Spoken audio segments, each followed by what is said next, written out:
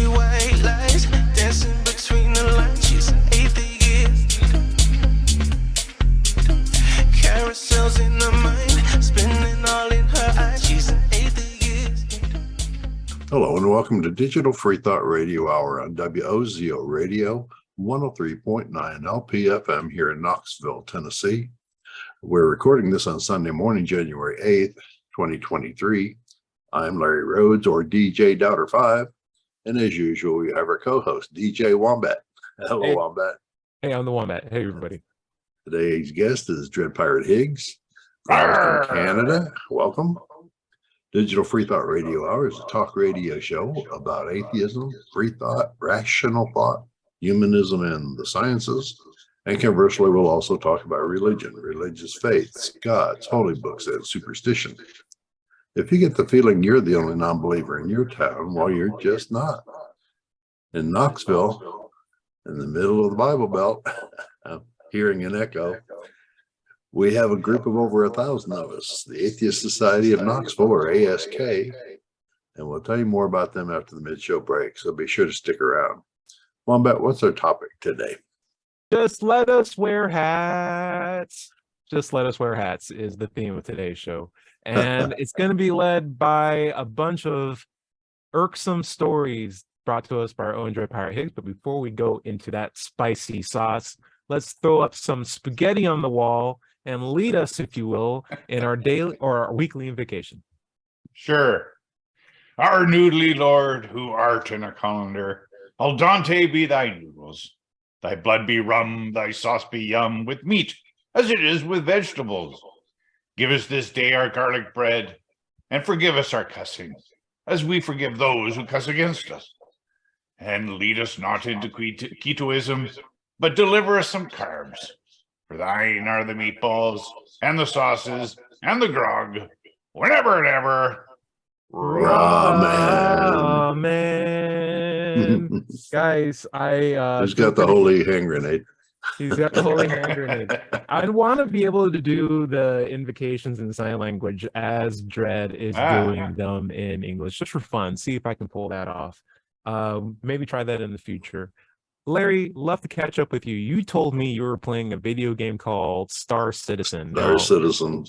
Oh, I use the word playing loosely. Yeah. Got the bare minimum of RAM, which is 16 megs or 16. Okay. Sorry. So it's a little choppy, a little slow. It's taking a while to get going. It takes almost a half an hour to load. Well, don't worry. It only took 23 years for him to get it developed. It's still and $500 million. So yeah, it's an interesting test, but I'm enjoying it so far. From a person who's played Eve and gotten pretty deep into it, are you feeling the similar vibes from Star Citizen? Like, do you feel like this could be the next? Well, the biggest difference between Eve and Star Citizen is the first person. You get to actually roam around inside the ship. You can get off the ship on any other planet. You can go into cities. You can go into forests, or you can, do hand-to-hand or first-person combat. It covers pretty much everything, and it has huge planets that you can just roam around on and discover. And it's like a true space life job sim. Like, you're not there to save the universe from an alien threat. You are an engineer of like many others, and you're just chipping on rocks, selling the rocks. Yeah. What's interesting is, like in Eve, if you want to shoot another ship, you just point to them and hit a button. On this game, you can do that, but if you have a bigger ship with multiple turrets, you have to have people on those turrets. Live people on the turret, on the ship, manning the turret. Wow. So the battles get really intense and interesting. But enough of that. Okay, very, very cool, very cool. Guys, I do have a question about it, though. It's like a subscription thing you got to pay for? Yeah, it's about $40 for the software and $10 a month. But I figured I'd try it for a few months and see if I liked it. And it's called what? Starship Citizens? Star Citizens. Star Citizens. Okay. Yeah, we are in the age of games that start with the word star and deal with space. But if you like, Larry, if you like that game, there's another game by Bethesda coming out. I imagine maybe this year or next year, called Star Child, which is the exact same premise. but Hope it has less hopefully- resource requirements. less resource requirements, no doubt. You can probably play it on most consoles, and I would imagine if you need a streamlined version of like Eve, not as in-depth or complicated or less person intensive as Star Citizen, Star Child might be the one for you. So you at least have these gradient. And then if you don't even like that, there's another game called No Man's Sky, which in my opinion, I is have just looked at that. Mhm. it's everything you just described, but solo and multiplayer. They just keep adding more stuff to it. It's really cool. It's a really good game. On my end, I just made a new song. I feel good about it. There used to be a time period where when I was making music, it would take me like 4 hours to make a brand new song, and I'd pop it out on the internet, and everyone would have a laugh at it, and I'd have fun, and I get my creative juices going. But over time, I'm taking the audio engineering aspect of it more seriously, and I'm realizing that there's a whole wealth of like tools that people use to make music sound good that isn't just how well you can play an instrument. And it's like compression, EQ, chain compressions, verbs, reverbs, echo, delays, gains, so many gates. There's so many things, so many terms. And when you like get into it, there's this like really nice community of people who will help you listen to music and understand how to properly pan everything, how to properly pitch everything, where is the peaks coming from, and how to fix them appropriately, so that the next time you make another song, it already sounds like stereo quality, but you just made it in your own bedroom. It feels really, really good to get better at that. And Cool. because of that, that's the next thing that I'm learning how to play. So when people say like, what's your favorite instrument? It's like my computer. Yeah. But yeah, the last song I made was the ultimate of it. Let me see if I can fix my audio as I was talking about that story. And tell you guys one last thing. I have made it 6 months in my weight loss journey. I am now been maintaining my weight perfectly. I feel good. I have no fear of like going back up to the big weight that I was beforehand. Very good. I just feel good. It's feel good just maintaining and realizing that I can maintain. And if anyone has questions on how they can be good at taking care of themselves and losing weight in like a healthy way that doesn't require them to subscribe to a dogma of like ketoism or Atkins or God or whatever, just like basic calorie deficit, you can start an Excel spreadsheet on your own, count how much you take in, count how much you burn, make sure you're at a deficit. That's it. And just keep it nice and simple. And you can do that on your own. You don't need a 14-week course. You don't need a guru. You don't need That's right. You can do it on your own. It was just the best thing possible. Bottom line, Ty, I think, is output must always exceed input. That's Period. it. That's it. That's it. And if you want to eat more, work out more. Like, it's literally that simple. Like, it's the best thing ever. And when you do that, you feel empowered because you know you did it, not someone else or a trainer or a program. It was you. It was you 10,000%. That makes me feel good. I feel like we give a lot of credit to God when we can really just give those credits to ourselves and realize that we have the power to make the heaven that we want here on this earth. So, speaking of other things that deal with kicking God out of situations, Dred, would you mind talking to us about? Oh, wait a second. Wow, that's a really good segue. You can't wear that hat in this podcast. I'm sorry, not unless you're Hindu or Sikh. I'm sorry. Well, so what's that? Sorry, I should have been listening when I was talking. No, it's okay. I'm just saying you're not allowed to wear that hat in this show unless if you have a proper identification that you genuinely believe in your God or that you are a Sikh or Hindu. Or can prove it. Yes, yes. Well, yes, as you know, the battle is ongoing, and certainly my latest letter to the manager there of driver's licensing integrity and oversight at ICBC is a little sharp, and I've just trying to be polite and courteous and all the rest of it. It doesn't seem to achieve anything. So essentially making a threat to civil action is where I've had to take it. So, but it's ongoing. And of course, the driver's licensing branch there of ICBC, which is the Insurance Corporation of British Columbia, said they were not going to give me service. Wrote a letter to my local driver's licensing branch to say refuse him service if he dares to wear his colander or his tricorn in an attempt to get his driver's license. Yes. Let's take a step back. That's pretty severe. Let's just take a step back and explain the situation for everyone who's coming Well, in. let's first of all see if we can get rid of that echo. I hear everything that Dred's saying twice, and I'm afraid it's going to go out like that. Yeah, I was hearing that too, and I haven't changed my setup at all. You don't have speakers going? And I'll be honest, I don't hear any echo on my side. Okay, then go ahead. Let's see if it comes through on the recording. Okay, so the story behind this is, if you hadn't noticed, Dred is wearing a tricorn hat. What do those look like? It's like a pirate hat with the 3 sides to it. It's like a triangular Well, hat. you know, and I mean, we Just consider starting for a ourselves radio listen. Yeah, we consider ourselves pirates as the chosen people of the Pastafarians. Fantastic. Or the flying spaghetti monster. So it's not an analogy. It is a pirate hat. It is what it is. And that's right. And the cool thing about it is I can completely see Dred's face. I have no issue recognizing him because if he was wearing a turban, the exact same amount of his face would still be exposed. Right.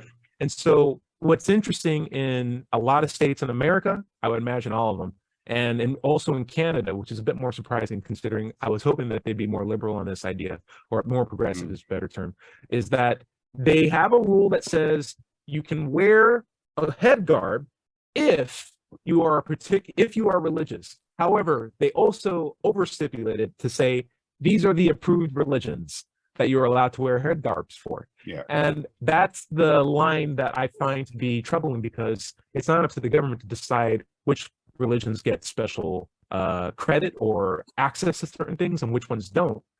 It's a very dangerous precedent to set. So in Dred's case, he's wearing a hat where I can see his face, and a Hindu might be wearing a turban where I can also see his face. Yet the turban gets to wear his religious head garb when he goes to take his driver's license, and Dred cannot. And that is offensive to me, because it is special choosing by the government based on religion, when they shouldn't have, 1, the authority to do that, and 2, any care, because they're just a company that sends out plastic cards so you can drive and do your own work. What is their concern? What's the major harm? Why are we investing our tax services, not me particularly, but you, Dred, in this safeguard? Like, what does this help? Who does this help other than marginalized groups of people who are on a particular list? That's the part that really offends me. So, Dred, you have actually consistently been going to the driver's license board or places to get your licenses, and you actually have a couple of licenses that allowed you to have your tricorn hard on. I imagine it was a firearm, private detective. Could you mind talking about that? Yeah, absolutely. So I currently have my Canadian firearms possession acquisition license, which is issued, of course, by the RCMP, the Royal Canadian Mounted Police. And so, you know, that, you know, uses what is called facial recognition technology. And of course, facial recognition technology meets a standard now internationally. So where headgear does not interfere with facial recognition technology, it's considered irrelevant. That is the case, of course, with Sikhs and Hindus who wear turbans, and Muslims. I know some Muslims wear turbans. But what is interesting in this case is the pretense that ICBC makes this accommodation for those whose religions prohibit them from removing their headgear. Now, as we all know, religion is a choice, except perhaps if you're a woman. And that I see as really the only people who are prohibited from removing their headgear, as we can see from instances of murder in Iran recently. Right. And of course, the same thing has actually happened in Canada, where a woman was murdered by her brother and her father for taking off her hijab and refusing to wear it. I think this was back in 2012. But I mean, you know, what, you know, how is it up to the government, any government, you know, especially our more Western governments, to say that we are going to accommodate an extreme religious position on the treatment of women. Right. And then exclude everyone else that can't demonstrate the same thing. On another idea, like you don't do a driver's license once a year. I imagine it's like once every 5 years. So Yeah, if you're correct. a Hindu and you get your picture on this year, you can become an atheist tomorrow, not wear your turban for the next 4 years. And then at the last week before you need to renew your license, be like, you know what? I kind of like that turban again. Just put it on just for kicks, and you can still get your license done. Whether you genuinely believe in the God or not, just because you look like it and you decide to wear the hat, you can. So there's no real litmus test on, well, he genuinely believes it and he's a Sikh. It's like, no, you can just be brown and wear a turban and get away with it. Yeah. Well, that was actually a point I made as well to them, to say, you know, there are people who would do just that in order to fit in with their you know, social circles or their cultural heritage. You know, there's nothing to say that a person, and in fact, recently one of our Pastafarian crew showed me a photograph of a license that a person used for ID, where he was a brown man, and he was wearing a black toque, and to emblematic of being a Sikh. But apparently either he didn't have his turban with him, or just liked the look, you know. But it wasn't questioned at the time. So it seems a fairly arbitrary application of a very ill-formed policy. Dred, you could walk into not saying you should, but I'm saying you could technically walk into the driver's license board with a yarmulke on, and no one would bat an eye. If you don't know on the radio, Dred, while blazing in the Canadian sun, I imagine, could be passable as a Western Jew, more or less. You could wear a yarmulke, and people will be like, "Oh, that's fine. Go on ahead, just have fun." And take your picture and walk out and be like, 1, I'm not Jewish. 2, I don't believe in this God. And 3, you let me clearly wear religious garbs. If whether I believe in it or not, you still let me wear this one, but you won't let me wear the one for the God I actually do believe in. What is your malfunction? Stuff like that. And so what I really appreciate what you're doing is that you are stirring the pot and helping people recognize that the idea that religious injustice occurring is not just something that's conceptual or something that atheists make up. It's institutionalized, it's ingrained in our society, it's held by our authoritarian figures, it's mandated in laws, and it's something that is clearly explicit that we can point out and demonstrate through practice, and it's still ongoing because the alternative is for the group that has the advantage to give up some of that advantage in the favor of treating people like more humanely. And I feel well like said. Such a crazy thing. Larry, what do you think? One thing I'd also like to point out too is like when we do the global atheist news, many of the points are taken from Iran and Indonesia and all these hotbeds of religious discord and activity. Yep. Where we have to recognize that violence is not only physical in form, that it could be psychological violence, you know, which is, of course, the kind of a violence that's, practiced by, Catholic priests on altar boys, or by priests on residential school children, by taking away their culture and their language in favor of whatever the religious belief of the residential school facility is. And of course on women, women and in different cultures and in different parts of the world. But certainly in Canada, we're not seeing all this rioting and whatnot that you see in Iran, right? But it doesn't mean that the same things aren't happening here. Correct. Just Absolutely. not making the international news because it's not 50 people, it's 1.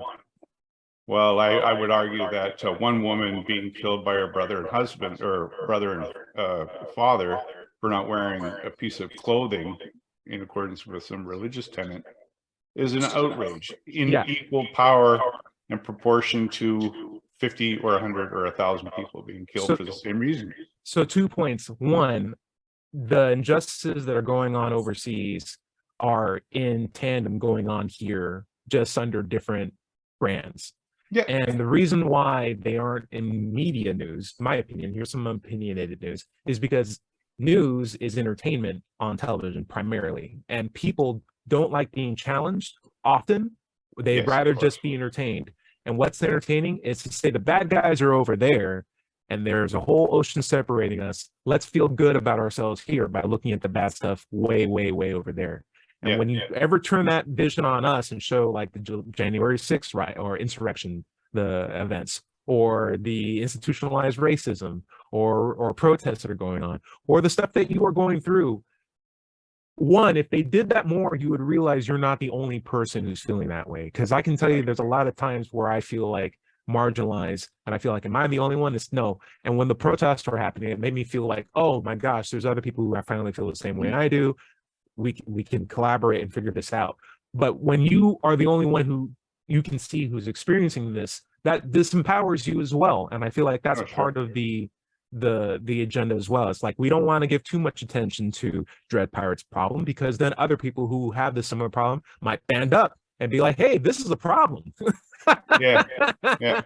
Well, you know, and Stop food commercial. I've been at this for 6 years. Yeah. And, you know, I know there's lots of people, and, you know, most of certainly the vocal ones, the comments I hear are, what's the matter with this guy? Like me. Right. You know what? He's an idiot. He's right. You know, he's stupid. It's such a trivial thing. Yeah. And that is really part of the point, is that it's not as trivial as everyone might think, because right. When the boot's not on your neck, institutionalized bigotry is institutionalized bigotry. Right. No matter what form it takes, it is what it is, and it has to stop. And that's what I stand for.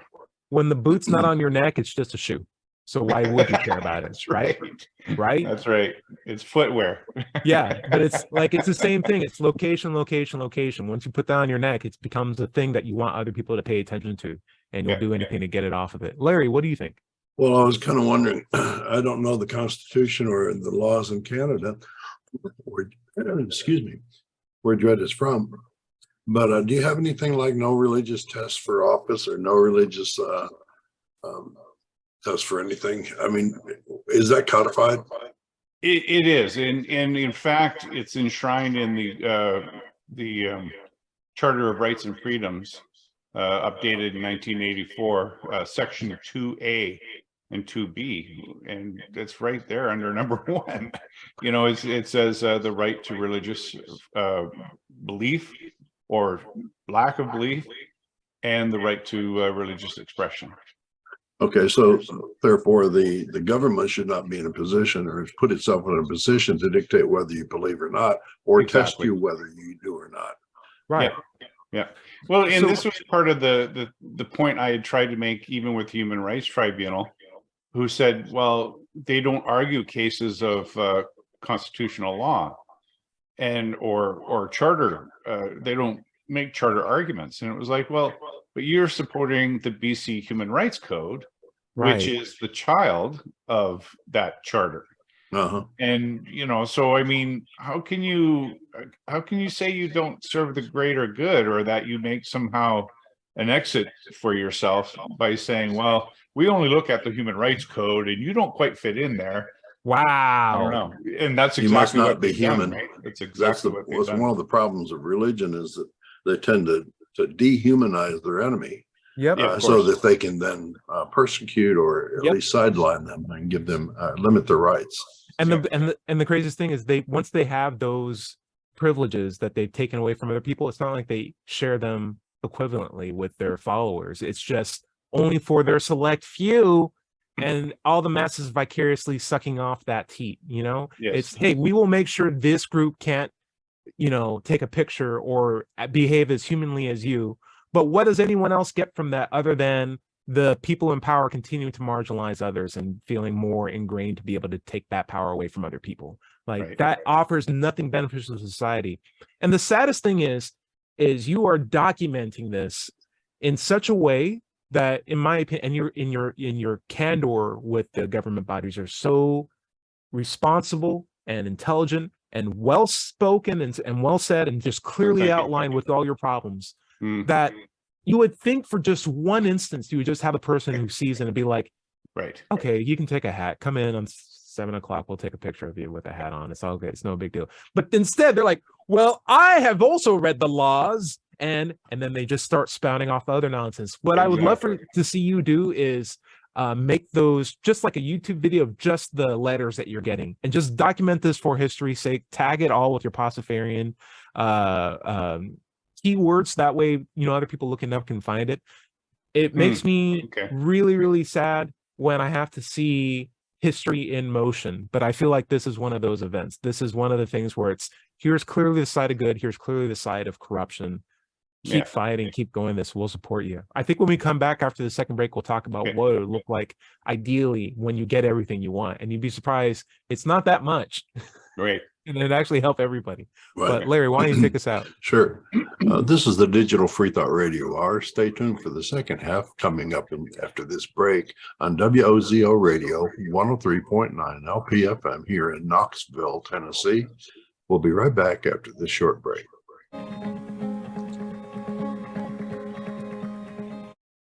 Hello and welcome back to the Digital Freethought Radio Hour, second half of the show. I'm Daughter 5, and we're on WOZO Radio 103.9 LPFM here in Knoxville, Tennessee. Let's take just a moment to talk about the Atheist Society of Knoxville.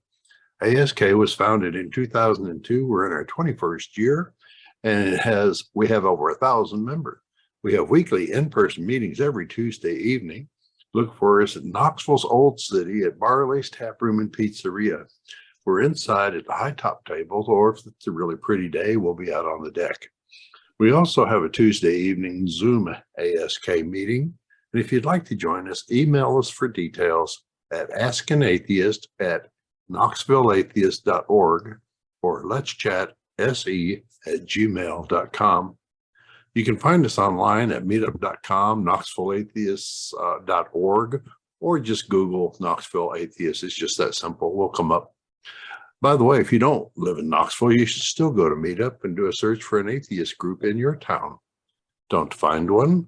Start one. That's right. Wombat, where you want to pick up? So we were talking about the injustice that occurs, not just overseas and not just with hijabs, but in the, I would say the, not continental United States, but America in general, because Canada is still America, whether they like it or not. And it's happening here. It's happening here. And while they say, hey, listen, you guys have to wear this religious scarf or this to get certain rights, in the US, we're doing the exact same thing too, to our own. Or in the America in general. And I feel like Dread Pirate, while your story isn't as popular, it's just as concerning. And when I see that happening and being promoted in writing by government bodies, it's just one of those scary things where I think back to the license plate situation that's happened here in the US, where if you are not religious, your license plate starts with 3 letters. And if you are religious, your license plate starts with 3 numbers. And now you can just drive down the street and be like, oh my gosh, why do we have this as a rule? You don't know about that? That's not a thing.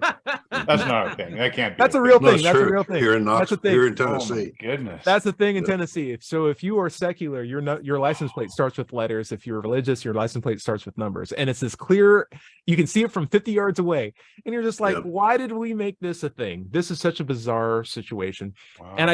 And on top of that would be like, well, if your license plate starts with numbers and you're religious, you get to drive 5 miles faster. Like that would be the sort of insanity that would I be Yeah. Why would Dred's probably wondering, how do they know if you're religious?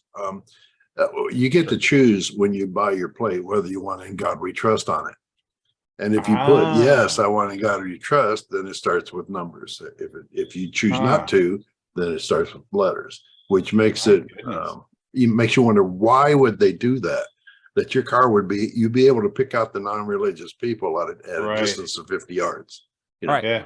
And I'm going to add, that's insane. I did not know that. Yeah, I'm going to add some more. That's not everywhere. That's just in certain states. It's in Tennessee. It's at least in Tennessee. We don't know. I don't know about any other states right now. Huh. So I would say this. Here's some more granularity. The state official license plate starts with letters. Okay. That is the default option. However, when you sign up for a license plate, you can select a vanity plate that looks like a mock of the At no extra cost. issued one at no extra cost, and it's advertised on the form, and so it's an option for you that's handed out. There's a lot of vanity plates that you can get, like autism, supporting hunting, cancer awareness, but you have to pay for those. What the state does is offer a free religious vanity plate, but it does not have the standardized template format for letters and numbers. What they did is just swap them, and they look so similar that they look like state issued. And so what happens is a lot of people pick the vanity plate that's the Christian version of the state version of their plate, and then they put it up. And so you have a bunch of vanity plates that look like state plates, and then you have just standard state plates. And some of the state plates that are non-religious, those people are in fact religious. They just don't want the state to be supportive of their religion. They just want to either have a bumper sticker or, keep the state as a state. A little fish. Exactly. Whereas every single one that's religious, that's a religious person. So what else can you say about it? And well, you could say that there might be non-religious people who haven't come out of the closet, haven't. Sure. Bowed to the pressure from their family, their society, the church, whatever, because they don't want to stand up for it Or their Very workplace. true. and Very face the discrimination. And here's the bizarre thing. So I love taking numbers. We had Boudreaux on last episode. He was a PhD in civil engineering. He loved this. I was talking about it with him. I looked at every single county, and we looked at the percentage of religious plates to non-religious plates. And of course, it's not a surprising trend. The more rural and smaller the county, the higher the percentage of religious plates. Right. Whereas the biggest ones, the ones that are 100 times larger, are at the lowest end of that spectrum, because there's just more diversity, more income. Just when you push people into More prosperity, generally. more prosperity, you're going to find that they aren't as religious. And that's a very telling kind of crutch. It's harder to have in and out groups in a urban setting, right? Right. In a rural setting, people gravitate because they've studied the township or the county or whatever, and discovered, wow, that's mainly Catholic, or that's a Baptist county or whatever, so they can gravitate there. Whereas the city, it's pretty hard to do that, right? Right. And so like the counties that have like less than 10,000 people, counties, not cities, counties that have less than 10,000 people, they're like 99% religious. But like the ones that have over 500,000 people or 700,000 people, like Davidson County, where Nashville is located, huge counties that have hundreds of times more people, 13% religious plates. Right. When we were doing the math, we found that a startling large number of people in Tennessee are in fact using the state-issued non-religious plates just by default. Just by pure number alone, it's staggeringly high. It's like 20% are total are religious people. Everything else is non-religious. And that's Tennessee. Yet Tennessee is, just through gerrymandering, very, very conservative. And I'm like, okay, well, this is a mind-blowing propagation then, because we have so many people here who are at least would be willing to understand concerns from a secular point of view and think and prosper and promote science. Yet we've staggered or stacked the deck so much against them politically that we are still in a red state. However, we are leaking. We are very much leaking out. And like all the large counties are leaking out into these smaller ones, or whenever small counties can't support themselves and they have to commute into the larger communities to like get jobs or whatever for like the next generation, and they come back home, they suddenly become less liberal as a result of the fact that family members are seeing the light and getting outside of their own neighborhoods too. So I don't expect the trend that we're on to go backwards. If anything, we're going to just continue to go forward. And my big concern from last episode was we are pushing ourselves towards, in my opinion, the next enlightenment, where we recognize that we don't need to have this religious crutch supporting ourselves as we continue to appreciate and better understand science and be able to have better access to higher qualities of informations and explanatory systems. And I'm hoping that gives us better empathy for your situation as well too. Yeah, thanks. Yeah, and I've said this, I think, a number of times, is where it almost seems that the religious right are kind of doing that last gasp before they start to go under. because the writing is clearly on the wall that religious affiliation is on the decline, and throughout, as you say, America, Right. Canada and the United States, both, in Mexico, I'm sure. I don't know, maybe, but I was going to say, because you had mentioned about my security license, and that recently, well, last year already by now, I had changed my designation. I had included the private investigator designation, and that's what you have to, of course, change your card. So they give you an opportunity to upload a new photo. And of course, the photo I uploaded was one depicting me and my tricorn, and it was accepted. And I was issued a card with my photo depicting me and my tricorn. Yeah. And it was 3 months later, I got a letter, not from some staffer, some underling, but from the highest authority, the registrar of that ministry, who said, you either give it back or we're going to review your license, which of course is government speak for take it away and screw you over, essentially. So I had to submit. That particular instance now is before the BC Ombudsperson, the office there, because again, I document everything. So Good. It's so very clear that I've gone through all the steps in order to argue my point that the last person to whom I could actually make a complaint was the registrar. And it was the registrar himself, through that old trickle-down effect, Right.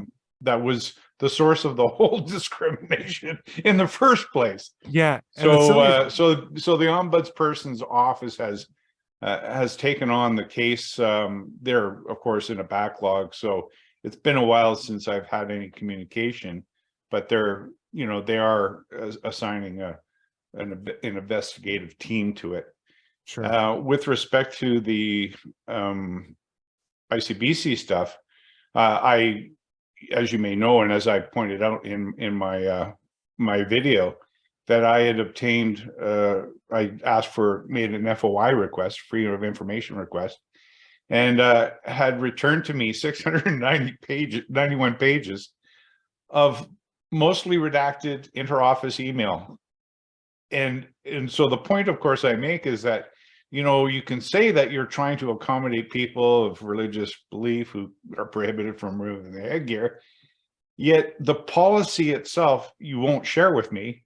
Right. And the things that go to inform the policy are sealed behind redacted documents. Right.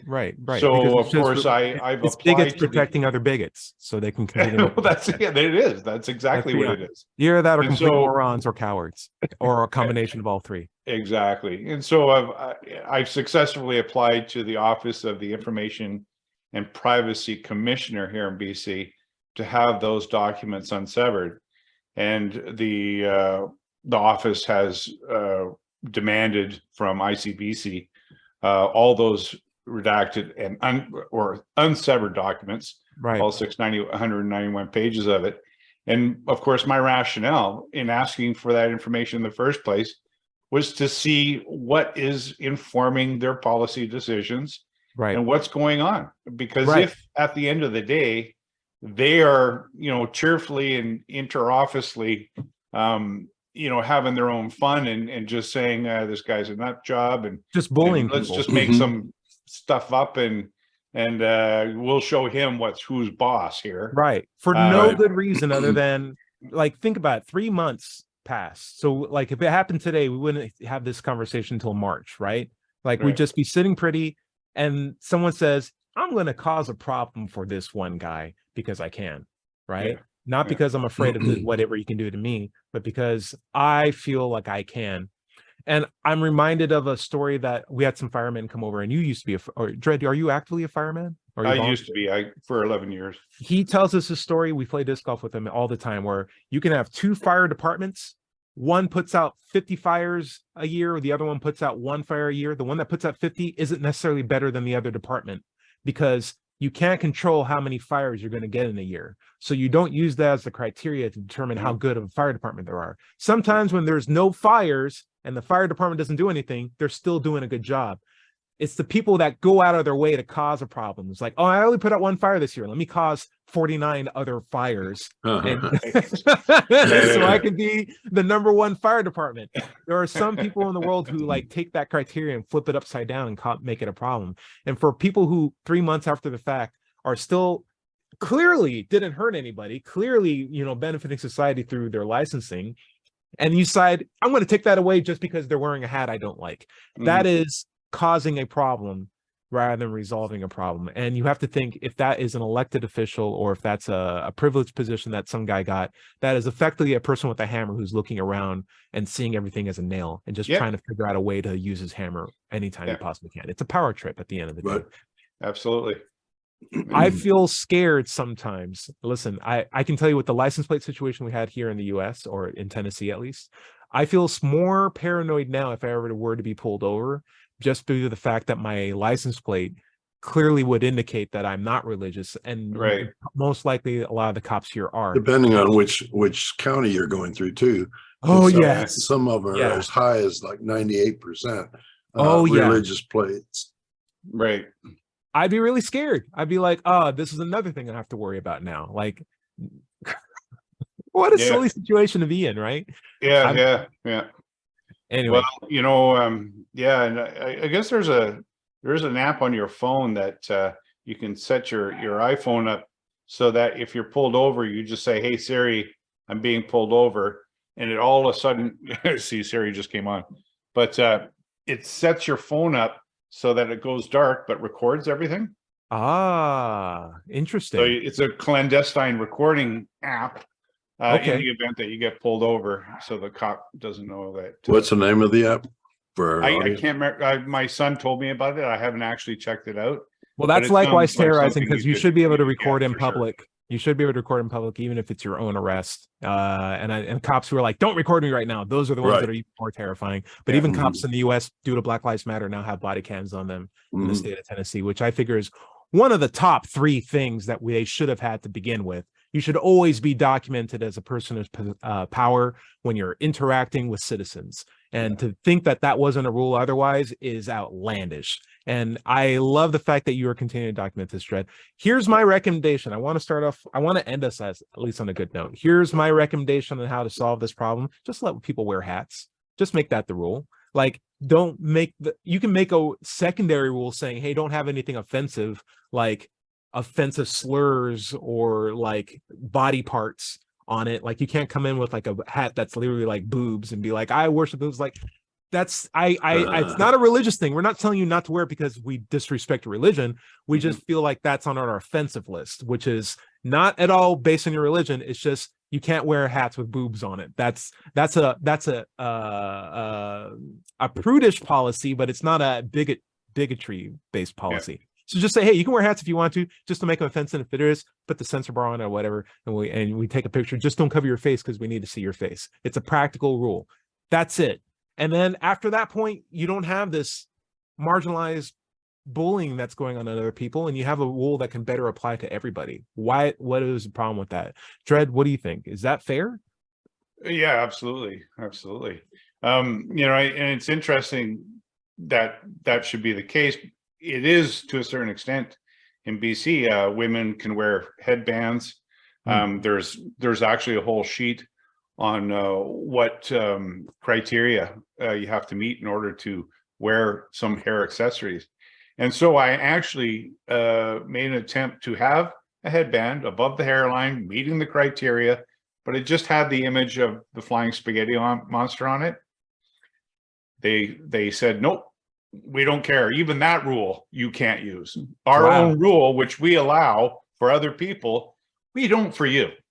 What about tattoos? Have that tattoo? Well, yeah. So I did. Of course, my current license has me with a temporary tattoo of the flying spaghetti monster in prominent form on my forehead. Yeah. They can't do anything about it. Can't do anything about that. It was so. I've been thinking maybe next time I lose my license, like drop it or can't find it, I get one of those temporary tattoos that says "frack ICBC. I listen, you don't have to get down to their level. I like the path that you're on right now. You're right, of course. I like the path that you're on right now where it's just FSM. I was thinking like if you're ever to do another step, it would either be, and listen, I wonder about the underlying messages behind this, but you wear a yarmulke or a turban that has the FSM pattern on it, or something that's closer to one of their more approved religions, and then be like, by the way, I don't actually believe in this God, I'm just wearing a hat, which you're allowing me to. That seems bizarre. Like you didn't have a problem with it then. So if anything, if there was ever a litmus test of them being in their own butts, it's you have to be approved religions. Like, I'm not even this religion. I'm just wearing a hat. Oh, well, I'm wearing a hat, but you can't wear a hat because you're not one of the approved religions. Like you are up in your own. Little and this is the thing, when I said that, they made the claim, of course, that their decision says, please note that ICBC's decision was made after looking at all the submissions, the facts, and the law. They don't say it's based on it. Yeah. They have no citations. There's no citations. It's clearly not based on anything. They're just saying, we looked at this. It's just posturing. It's just posturing. Don't care. Right. And I wish lawyers would take this up more enthusiastically. I know there's not a lot of money behind it, but I wish there was like a lawyer who would like walk you through all this and like absolutely collate all this. So just continue to document and keep sound blasting. We'll continue to do it on our end too. My final thoughts would be, in the same way how crimes that you commit where the penalty is a fine are really only for poor people, because rich people don't really have to care about fines. Laws that exist in this nature, really where they only affect very marginalized groups, are just to add more authority and posturing for those who are in positions of advantage. And I think it sets us up for the worst parts of the human condition, where we like to have a pecking order. And at the end of the day, the fact that you can deny the human rights that Jed has to respectfully conduct himself as a human being who believes in a Pastafarian God, compared to a guy who believes in a snake that gives dietary advice to nudists or something like that, or a 6-armed blue god with an elephant or something like that. Like, the fact that you can do that is really upsetting, but also speaks to the idea that it doesn't make your God any more real. And if anything, it only demonstrates that he's more of a tyrant, and you are embodying that tyranny through him or her or it, and making it even less likely that atheists would be more inclined to take you seriously. It just puts you further into the basket of terrible ideologies and bad examples of dogma in action. Yeah. So, Larry, or as they say, batshit crazy. Batshit crazy. And I think what we'll have is the demonstration that this will be hopefully the dying throes of religion before we're all done at the end of the day. Dread, anything you'd like to plug before we're done? Yeah, of course. I have my YouTube channel, Mind Pirate, MINDPYRATE on YouTube. And you just click in at Mind Pirate and you'll come to my channel. I record this Sunday mornings when I'm on at 7 a.m. PST, and Global Atheist News at 11 a.m. on Sundays as well. Pretty cool. I'm Let's Chat. You know what? In the comment description, I'll put a link to the song that I just made. I feel good about it. And also, look up some Pastafarians and subscribe to some Pastafarians on YouTube. There's great community, and 2, way more than you would anticipate. So find them and realize around the world. They're all around the world, and the more attention we can give to them, the better, because the news may not do you a favor in that regard. Larry, anything you would recommend? Well, my content can be found at digitalfreethought.com. Excuse me. And be sure to click the blog button for our radio show archives, atheist songs, and many articles on the subject of atheism. My YouTube channel handle is at Doubter5. And you can find my book on atheism called Atheism, What's It All About on Amazon. So it's there. Thank you, Dread, for showing it. Remember, everybody is going to somebody else's hell. The time to worry about it is when they prove that heavens and hells and souls are real. Until then, don't sweat it. Enjoy your life. And we'll see you next Wednesday night at 7 o'clock on WOZO Radio. Say bye, everybody. Bye, everybody. Amen. Bye.